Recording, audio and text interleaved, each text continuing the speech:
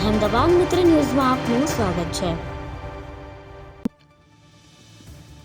દામનગર શહેરમાં પુનિત પગલાં કરતા પરમ ઉપકારી શ્રી ગિરનાર સેસાવન તીર્થ ઉદ્ધારક શ્રી ચંદ્રશેખર વિજયજી મહારાજ સાહેબના શિષ્ય રત્ન તપોમૂર્તિ આચાર્ય રત્ન પૂજ્ય હેમવલ્લભ સુરેશ્વરજી મહારાજ સાહેબ સહિત અનેક ગુરુ ભગવંતોએ નવરચિત જિનાલય પધાર્યા।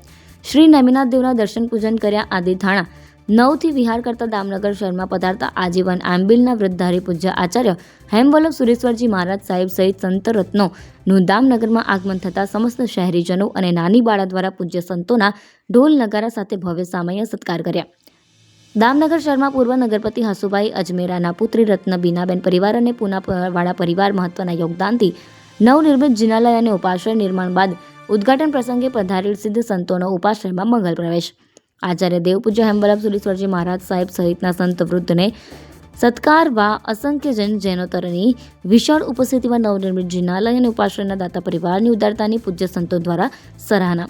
ઉપાશ્રયના 4 અક્ષરોમાં ઉપાશ્રયની મહત્તા દર્શાવતા પૂજ્ય સંતોની દિવ્ય વાણીને સ્થિર પ્રજ્ઞ બની શ્રાવણ કરતા શ્રાવકો ઉપાશ્રયના 4 અક્ષરોનો વિસ્તૃત મહિમા।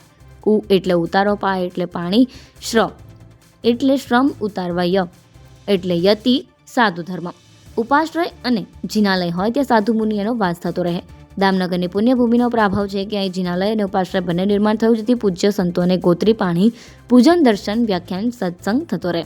ગુરુ ભગવંતે પ્રતિક્રમણ ઉપાશ્રય મહિમા યતિ ધર્મ વિશે હૃદયસ્પર્શી વ્યાખ્યાન આપ્યું હતું। આરાધના શ્રદ્ધા ભાવ થતા રહે તેવી ભાવના વ્યક્ત કરી હતી। પૂજ્ય સંતોની દિવ્ય વાણીનું શ્રવણ કરતા અનેક સામાજિક શૈક્ષણિક સંસ્થાઓના અગ્રણી વેપારીઓ, મોટી સંખ્યાના શ્રદ્ધાળુ ભાવિકો ઉપસ્થિત રહ્યા હતા। રિપોર્ટ નટવરલાલ ભાટિયા। અહેમદાબાદ મિત્ર ન્યૂઝની યુટ્યુબ ચેનલને સબસ્ક્રાઇબ કરો અને બેલ આઇકોન જરૂરથી દબાવો, જેથી દરેક મહત્ત્વના વિડીયોની નોટિફિકેશન તમને મળતી રહે।